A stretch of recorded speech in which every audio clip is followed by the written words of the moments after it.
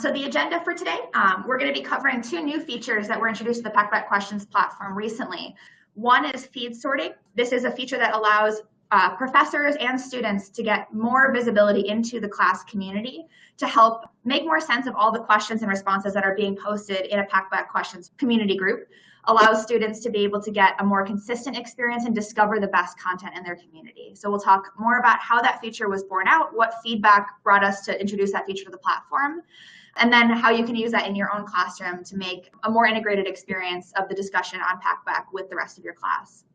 The next feature that we'll cover is the new section small groups feature. This feature was introduced to allow professors to have more flexibility in how they subdivide the Packback community. So just a little bit about me. I am the co-founder and chief product officer of Packback. So Packback has just passed our 7-year mark. We're about 7 years old, started the company when I was a junior in college at Illinois State University. And we now, like I said in this slide here, really do get more excited about the work that we're doing every day. We have had the opportunity over the last several years to work much more closely with instructors and educators. It's been so exciting to see how the platform has helped make classes a rich experience, see how we can take that direct feedback and add features in based on what our instructors are asking for and what students are saying in their class. So we've been really excited to see how the platform has evolved with the feedback of our instructors. And if you've ever seen a message come to your email inbox with a picture of a cute puppy named Pepper, Pepper is my dog, so that's definitely my most important claim to fame. 100% of this whole company is being able to call myself Pepper's mom. So we're going to get started first with covering the new feed sorting feature. So just to get just an overview, if everyone has seen this in the community yet, it is live for all instructors and all students. So you can view this feature live on the main feed of your Packback community. Right underneath where it says Curiosity feed, right next to searching the feed, you'll see a drop down for being able to sort the feed. You can also access this from individual discussion pages, so you can actually sort the responses on a post as well by these same parameters that we're going to talk about. So the reason why we introduced this feature is we were seeing a number of related feedback from professors and instructors and students, all talking about kind of the overwhelming volume of content in Packback communities, that it's all really interesting content, that there's good discussions happening, but it can be overwhelming to just see that amount of content and wonder what you might not be seeing on the main feed, because if you've logged in a few days later than the discussion started for the week, a lot of questions have built up. So we wanted to look for ways for professors to feel more comfortable with just the volume of content in their community and feel confident that they can sort by parameters to really see what is happening in their community at any given time. At the same time, we were seeing interesting feedback from students as well about a number of different actual points of feedback that all related back to this same question of, I want to be able to see the best quality content. We would see students telling us, I spend a lot of time on my posts, but then if I log in close to the deadline, I might see students who are rushing a little bit on their posts, and I want to be able to discover stuff that I'm interested in. We also saw that students who posted really challenging, interesting, high quality questions oftentimes were not the first people to receive responses, because those really challenging, interesting questions are a little bit harder to answer. So we wanted to look for ways that we could actually keep those great quality questions at the top of the feed for longer to give them more time to accrue great responses. So again, feedback kind of spanned the gamut of, I want more visibility into my community. I want to be able to see the high quality discussions. I want to know what's happening. And if I take time to post a really good question, I want to get answers. So all of those, looking at the root of all those different pieces of feedback, we looked at the fact that we need a better way for students and professors to be able to navigate the feed. So what we've introduced is a new sorting feature that has several different parameters depending on your role type. Students can sort the feed by a new proprietary sorting algorithm called Hotness, or HOT. This algorithm is a combination of quality, activity, and how fresh the post is. So it's basically a way for us to keep the best quality content fresh at the top of the feed for the amount of time that it's most valuable. And I'll go into more detail about how that algorithm actually calculates the hotness of a post to keep it sorted in a proper order. Students can also sort by undiscovered. Undiscovered is another proprietary sorting algorithm that's very similar to Hotness, with the exception that it actually excludes any posts that have already been answered, or any responses that have already received a critical debate using one of our counterpoint or supporting point post types. The reason for that is it allows us to keep really good quality content that has not yet been engaged with by the class at the top of the feed and highly visible for longer to give it the chance to actually receive that discussion. And then instructors, TAs, professors can also sort by 3 additional parameters. These are, again, only available to the educators in the community who are assigned as TAs or professors. They can sort now by active, which is how active the post is with how much discussion is actually occurring on the post. So if you sort the questions by active, you'll see all time the questions that receive the most responses. And if you sort an individual thread by active, you'll see the responses that accrued the most critical debates or the most counterpoints and supporting points. So active, again, is how much discussion has actually occurred on the post. And these are all-time sorting features. So it allows us to, at any given time in the course of a semester, see the highest, most active, most discussion occurring on any post ranked in order of how many responses they've received. The next instructor-facing sorting parameter is quality. Again, this is an all-time sorting parameter, so it allows us to sort the entire feed over the course of the whole semester by highest quality score to lowest quality score. In cases where there are 2 posts with the same quality score, it then ranks by sparks within that. And then cases where we have 2 posts with the same score and the same number of sparks, it'll then sort by recency within that. The final instructor-facing sorting parameter is top. And this is purely looking at the most sparked posts. So you can actually bring up, and this is something that anyone on this call may have experienced in the past, that students are using the sparks feature, but it's sometimes hard to see how they're using it and which posts actually accrued the most attention and interest from the class. Sorting by top will allow you to bring those highly sparked posts up to the top of the feed. And if you go all the way to the end of the feed, see the posts that did not receive sparks. So 2 student-facing features, Hot and Undiscovered, that allow the students to sort the feed to get great quality, fresh content at the top of their feed. Those sorting parameters are also available to professors as well, in addition to the 3 instructor-only facing sorting parameters we just talked about of active, quality, and top. When you sort by Hot, you'll again see this drop down right next to the search functionality in the feed, on the Curiosity feed, or on responses. When you go into an individual question, you'll see this sorting box immediately above any of the responses on that question. This will highlight the freshest feed of high quality and active posts. So we've seen some professors utilizing this feature in particular to help themselves identify the questions and discussions they would like to bring into class to reaffirm what's happening on Packback and then spark an in-class discussion. So instead of having to scroll through potentially hundreds of questions each week to find those really great posts, if you apply the hotness sorting parameter, it'll bring those great recent discussions that are approximately no more than a week old. So you can rely that they will be fresh and relevant to the topic that's being discussed within the last week, and that are most high quality. So it's kind of a shortcut to be able to find those great posts that you can then bring into your class for discussion. The hotness formula, we took a screenshot of the formula here itself. I won't go into each of the variables, but these together calculate to allow us to have freshness to be able to be weighted. So how important is the freshness of the post? Freshness, then we have a steep drop off at approximately half a week. This is oh, good. Yeah. This is something that allows us to basically have almost like a half-life for a post. So a half-life for one of our posts on Packback is approximately half a week, allowing us to ensure that posts make their way out of the feed at a rate that is proportionate to how relevant the post would be to the topic of discussion at any given point. So we see as a post passes that half-week mark, freshness and the impact of how old the post is increases, and it really starts to pull those posts down in order much faster.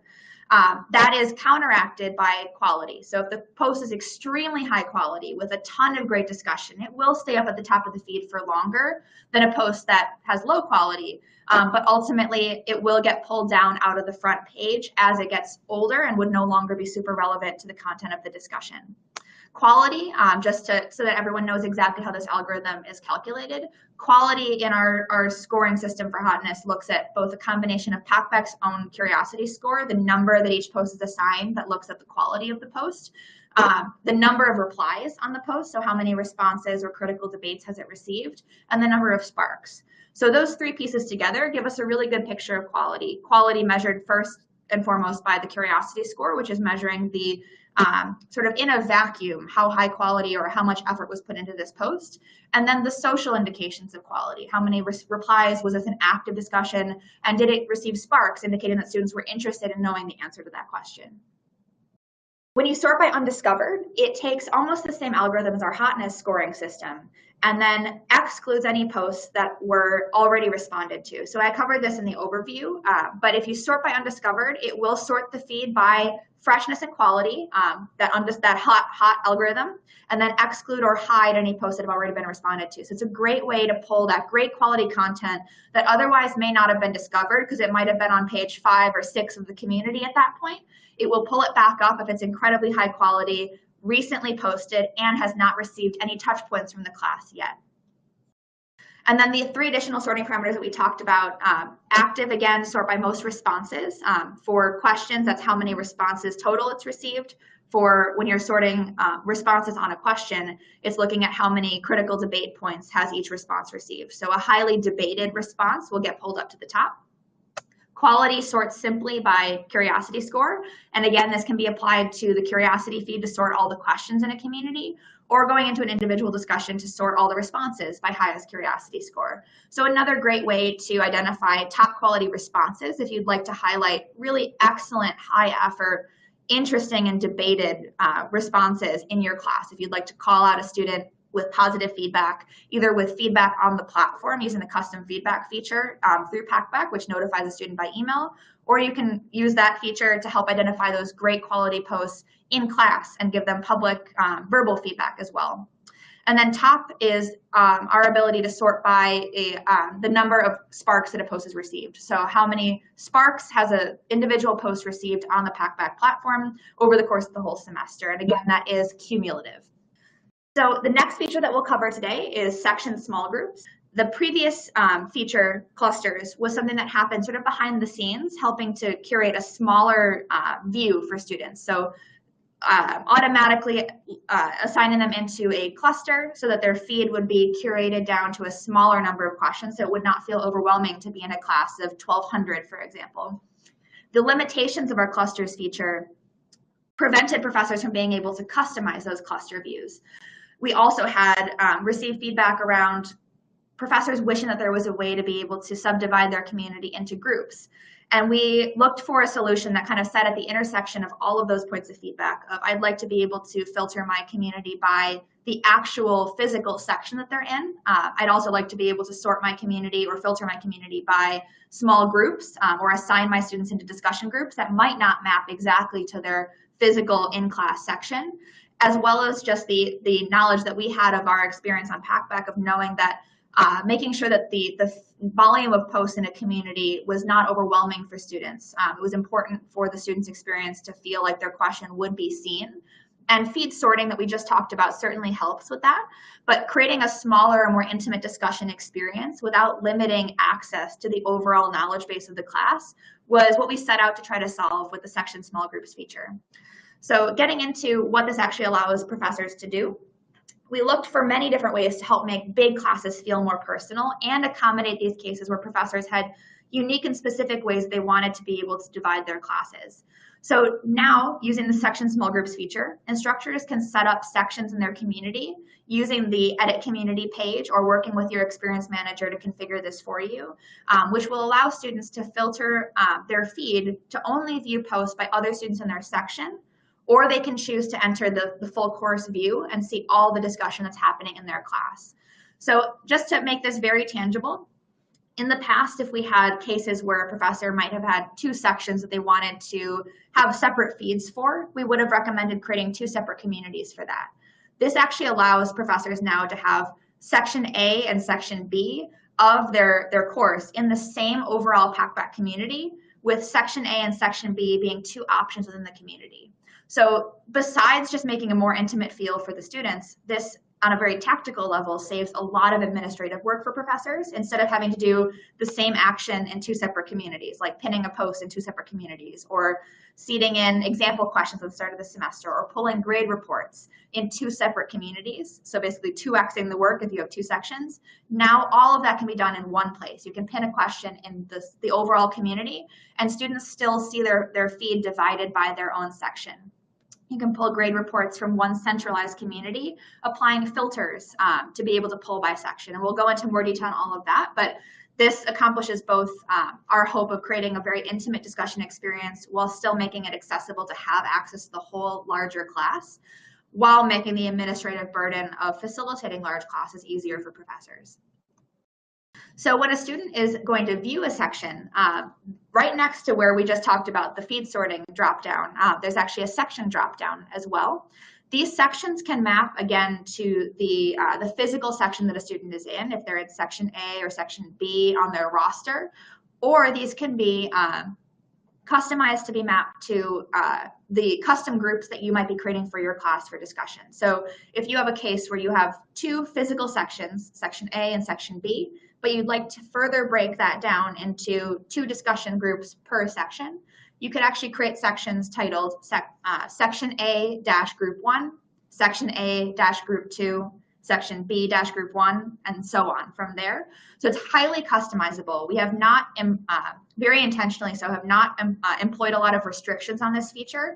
We wanted to leave this very open to professors being able to create as many sections as they needed with as much customization as needed. And if whatever sections that you create, they will appear in this dropdown to allow students to browse by all the other sections in their community, but default back to their own section if that is the option that you've selected. So we'll talk about some of the configuration options for this feature a little bit later on, but it's a highly customizable feature that lets students use just a simple dropdown, and it's an accessible dropdown as well, so you can actually tab through this using the keyboard, select any of the sections, and when you press submit, it actually routes to a new URL. So if you ever wanted to link your students to just a view for a specific group, that's possible. So this is not just applying a temporary filter, but these actually exist as separate URLs that can be linked to and be talked about in class.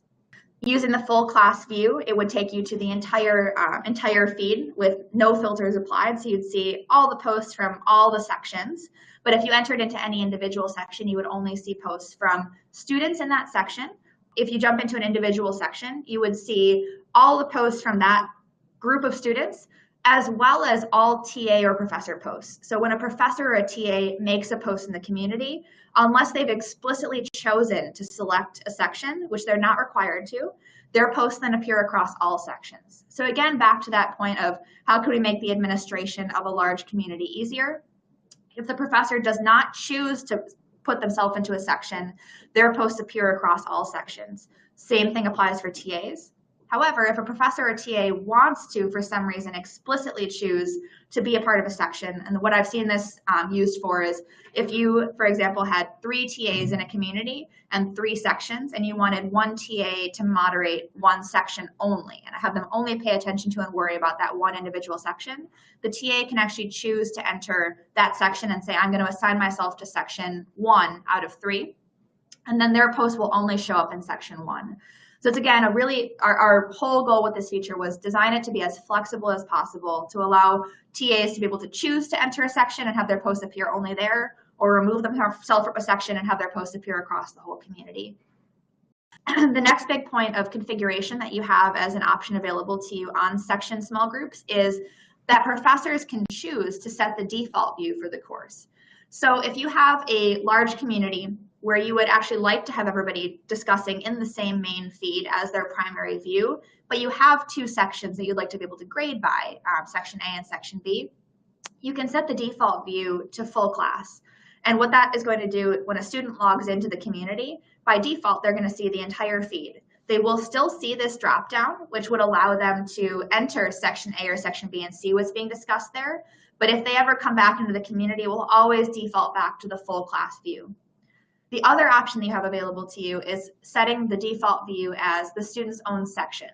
So if you choose that option, when the students enter the community, they will see the dropdown as we just talked about, but by default, they'll see only posts from students in their own section as well as the TA and professor. They can still choose to enter and view the full class view or the other section small groups. But again, if they leave the community and come back, it will always default back to them by default seeing their own section as the core view. And again, this final bullet point here, all users within the community may navigate freely between sections to explore all the discussion happening, but depending on the default view that was set by the professor, come back to either a full class view or come back to their own section view as the default. One of the really helpful benefits of this feature is how it helps to facilitate easier grading in large classes. One of the features that we added as a part of introducing this functionality for section small groups is now a drop-down for section in the reporting feature. If you applied, we've got kind of our internal community uses an example here where we have back office, customer success, engineering, and sales as the sections within our overall Packback internal culture community. If I wanted to pull a report just for back office, I could select back office, click apply on the filter, and when I download the report, then I will only get the report for the back office section. I can do the same for each of the separate sections. If I go back to any, then I could actually view the report for the entire community when I press download report. So it leaves a lot of flexibility. If you prefer to do your segmentation in Excel, you can still download the report as the full view. Or if you want to pull individual sections and perhaps assign your TAs to do grading and uploading just for that section, this enables professors to do that. One thing we definitely highly recommend with this feature, since it is so customizable, is spending time when you're setting up your community, really working with your experience manager to talk about your goals for how you'd like the experience to feel on Packback. They can work with you to create a customized experience for how the sections are set up. And then finally, one of the coolest things about this feature is instead of having to upload a roster with sections applied or continuously update the class as students change sections, this actually puts the ownership for selecting the section on the students. So when they first come into the community, if sections exist in the community, they are prompted to select what section of the class that they're in, and they'll receive a drop down there with the very explicitly named sections that we've just been talking about. So it is important to make sure that we name the sections in a way that the students will be able to identify themselves which section they're a part of, but they're able to make that selection here. And if they do make a mistake, they can always come back in to change their section themselves. So this is in line with everything that we try to do at Packback, which is making professors' lives easier to accomplish important discussion goals in their class. Instead of having you spend time worrying about assigning students to sections on a discussion platform online, we'd like to help make that setup as easy as possible and then help the students be prompted to select the section for themselves. Them picking one section for themselves is very easy. Trying to manage and moderate sections for 600 students in a class, for example, would be very tedious and time-consuming for the professors. So these are some of the main points on section small groups that I wanted to cover. We'll go through just two slides of takeaways from both points, since we covered a lot here in both of these features. While they're very simple when you're actually using them, there's a lot to cover in why they came about and what are some of the constraints and some of the possibilities of using these features. Wanted to cover just two key slides of what are the main points to take away from this webinar. So for feed sorting, our two main goals here are to provide a more equalized experience for students. The hot sorting parameter and undiscovered sorting parameter allows students to have a consistently valuable experience regardless of what time they're logging into Packback.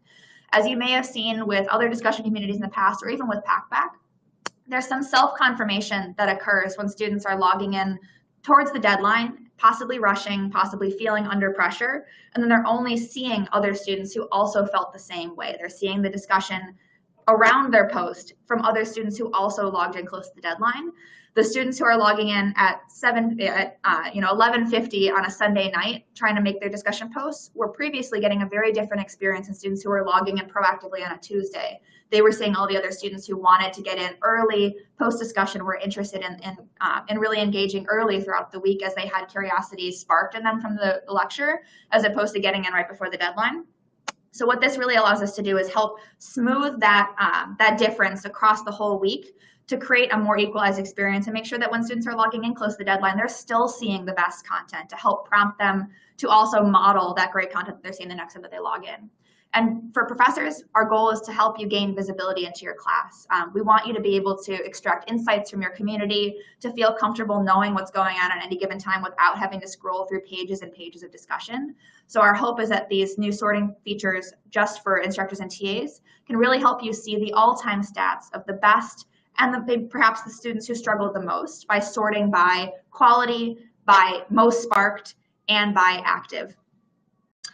And then for section small groups, we wanted to create a system that was highly flexible, reduce administrative burden on instructors, professors, and TAs, while still creating a more intimate learning experience for students if the professors want that. So in a large class, making it possible for students to be a part of a smaller discussion experience without losing access to the overall discussion happening in the broader community.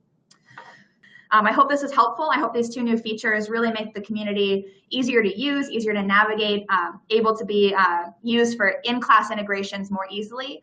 If you have any questions at all in follow-up, please send them my way by email. And thank you all so much for joining us.